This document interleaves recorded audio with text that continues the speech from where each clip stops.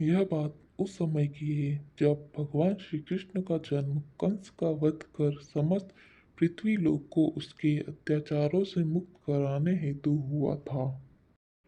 किशोरावस्था में ही वह गोकुल से मथुरा आ गए तथा दुष्ट कंस का वध किया। कंस की मृत्यु से दुखी होकर उसके ससुर जरासंध ने एक विशाल सेना लेकर मथुरा पर आक्रमण कर दिया। इस आक्रमण में उसके साथ शिशुपाल और काल यवन जैसे शक्तिशाली राजा भी शामिल थे। जल्दी ही सेना मथुरा जा पहुंची और मथुरा की राजसभा में कृष्ण तथा बलराम को सेना को सौंपने का संदेश भेजा गया। इस युद्ध को टालने तथा मथुरा के निर्दोष नागरिकों को बचाने के लिए श्री कृष्ण ने रातों रात वहां से सैकड़ों किलोमीटर दूर समुद्र में एक नई नगरी द्वारिका का निर्माण करवाया।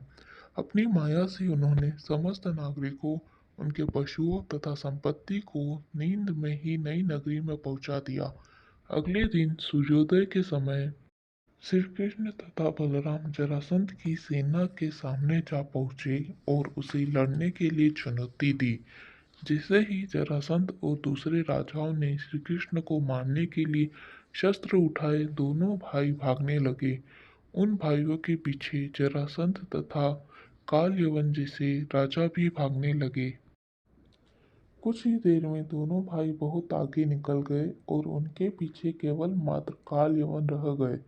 उसे देवताओं ने वरदान दिया था कि उसकी हत्या किसी अस्त्र या शस्त्र से नहीं होगी।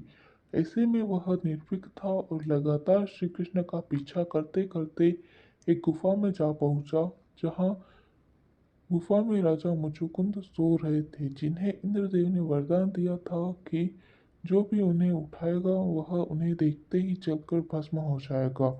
वहां पहुंचकर श्री कृष्ण ने सोए हुए मुचुकुंद पर अपना पीताम्बर डाल दिया और स्वयं छिप गए। काल यवन भी वहां जा पहुंचा और सोए हुए राजा मुचुकुंद पर पीताम्बर देख उन्हें ही श्री कृष्ण समझ बैठा। उसने मुचुकुंद को उठाने के लिए लात मारी, जिसके कारण उनकी निद्रा खुल गई और उनके देखते ही काल यवन वहीं पर जलकर भस्म हो गए। तत्पश्चात श्री कृष्ण ने राजा मुचुकुंद को अपने चतुर्भुज स्वरूप में दर्शन दिए और उन्हें मोक्ष पाने का वरदान दिया। वहीं दूसरी ओर जरासंध और बाकी राजा पूरी तरह से खाली मथुरा देखकर वापस लौट गए। श्री कृष्ण चाहते तो स्वयं भी काल यवन और अन्य अधर्मी राजाओं का वध कर सकते थे, परंतु देवताओं के दिए वरदान का मान रखने के लिए उन्होंने काल यवन को राजा मुचुकुंद के हाथों मरवाया। इसी तरह बाद में जरासंध का वध पांडु पुत्र भीम के हाथों करवाकर बुधरा का भार कम कर दिया। इस कहानी के बाद श्री कृष्ण के नाम के साथ हमेशा के लिए रणछोड़ जोड़ दिया।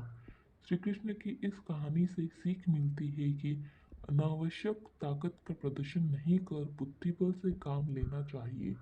इस तरह हम अपनी शक्ति को खर्च होने से रोक सकते हैं और बड़े से बड़े संकट का भी सामना कर सकते हैं।